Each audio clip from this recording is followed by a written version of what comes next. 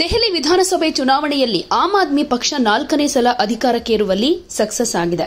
70 ಸದಸ್ಯ ಬಲದ ವಿಧಾನಸಭೆಯಲ್ಲಿ ಹೀನಾಯವಾಗಿ ಸೋತಿರೋ ಆಡಳಿತಾರೂಢ ಎಎಪಿ 22 ಸ್ಥಾನಗಳಲ್ಲಷ್ಟೇ ಗೆದ್ದು ಮುಖಭಂಗಕ್ಕೆ ಒಳಗಾಗಿದೆ. ಇದರ ನಡುವೆ ಮುಖ್ಯಮಂತ್ರಿ ಅತಿಶಿ ತಾವು ಸ್ಪರ್ಧಿಸಿದ್ದ ಕ್ಷೇತ್ರದಲ್ಲಿ ಸಮಾಧಾನಕರ ಗೆಲುವನ್ನು ಕಂಡಿದ್ದಾರೆ. ಹಾಗೆ ಪಕ್ಷದ ಕಾರ್ಯಕರ್ತರ ಜೊತೆ ಡ್ಯಾನ್ಸ್ ಮಾಡಿ ಸೆಲೆಬ್ರೇಟ್ ಮಾಡ್ತಾ ಇರೋ ಅವರ ವಿಡಿಯೋ ಸೋಷಿಯಲ್ ಮೀಡಿಯಾಗಳಲ್ಲೂ ಹರಿದಾಡ್ತಾ ಇದೆ. ಈ ವಿಡಿಯೋವನ್ನ ಶೇರ್ ಮಾಡಿಕೊಂಡಿರೋ ರಾಜ್ಯಸಭಾ ಸದಸ್ಯೆ ಸ್ವಾತಿ ಮಾಲಿವಾಲ್ ನಾಚಿಕೆ ಆಗಲ್ವಾ ಅಂತ ಪ್ರಶ್ನೆ ಮಾಡಿದ್ದಾರೆ. ಇದು ಎಂತಹ ನಾಚಿಕೆ ಇಲ್ಲದ ಪ್ರದರ್ಶನ.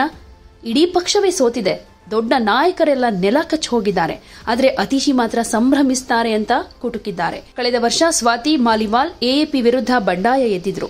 ಮಾಜಿ ಮುಖ್ಯಮಂತ್ರಿ ಅರವಿಂದ್ ಕೇಜ್ರಿವಾಲ್ ಅವರ ಆಪ್ತ ಬಿಭವ್ ಕುಮಾರ್ ತಮ್ಮ ಮೇಲೆ ಹಲ್ಲೆ ನಡೆಸಿದ್ದಾರೆ ಅಂತಾನೂ ಆರೋಪ ಮಾಡಿದ್ರು. ಕೇಜ್ರಿವಾಲ್ ಸಿಎಂ ಆಗಿದ್ದಾಗ ಅವರ ಅಧಿಕೃತ ನಿವಾಸದಲ್ಲೇ ಈ ಘಟನೆ ನಡೆದಿತ್ತು.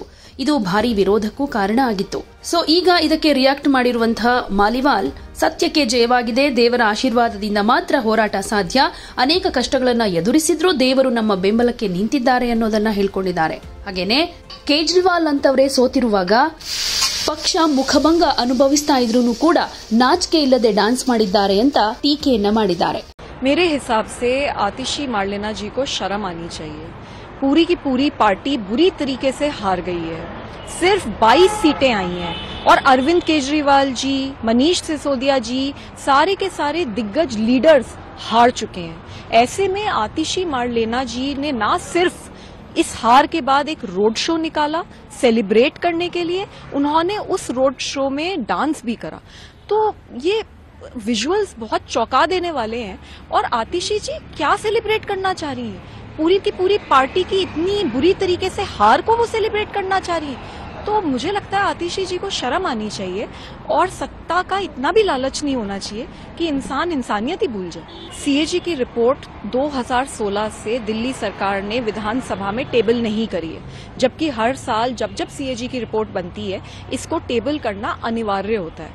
जो लोग जन लोकपाल लाने के लिए सत्ता में आए, आज वो लोग जो ऑलरेडी प्रेसिडेंट्स हैं, जो ऑलरेडी कानून हैं, उन तक को इम्प्लीमेंट नहीं कर रहे. 2016 से अगर सीएजी की रिपोर्ट विधानसभा में डाली नहीं है तो सरकार की अकाउंटेबिलिटी कैसे फिक्स होगी? कौन जवाबदेही तय करेगा सरकार की? कितनी शर्म की बात है. तो सीएजी की रिपोर्ट बिल्कुल तुरंत विधानसभा में टेबल होनी चाहिए और उसके ऊपर सख्त से सख्त, कड़ी से कड़ी कार्यवाही होनी चाहिए. ಯಾಕಂದ್ರೆ ಪಕ್ಷದ ಕಾರ್ಯಕರ್ತರು ಕೂಡ ಕೆಲವರು ಸಂಭ್ರಮ ಪಟ್ಟಿದ್ರು. ಅತಿಶಿ ಕೂಡ ಸೋಲ್ತಾರೆ ಅಂತ ಹೇಳಲಾಗ್ತಾ ಇತ್ತು. ಆದ್ರೆ ಕಮ್ಮಿ ಅಂತರದಲ್ಲಿ ಅತಿಶಿ ಕೊನೆಗೂ ಗೆದ್ದಿದ್ದಾರೆ. ಘಟಾನುಘಟಿ ನಾಯಕರೇ ಆಪ್ನಲ್ಲಿ ಸೋತಿದ್ದಾರೆ. ಅತಿಶಿ ಗೆದ್ದಿರೋ ಸಂಭ್ರಮದಲ್ಲಿ ಕಾರ್ಯಕರ್ತರ ಜೊತೆ ಖುಷಿಯಿಂದ ಡ್ಯಾನ್ಸ್ ಮಾಡ್ತಾ ಇದ್ದಾರೆ. ಇದು ಕೆಲವರ ಟೀಕೆಗೂ ಕೂಡ ಕಾರಣ ಆಗಿದೆ.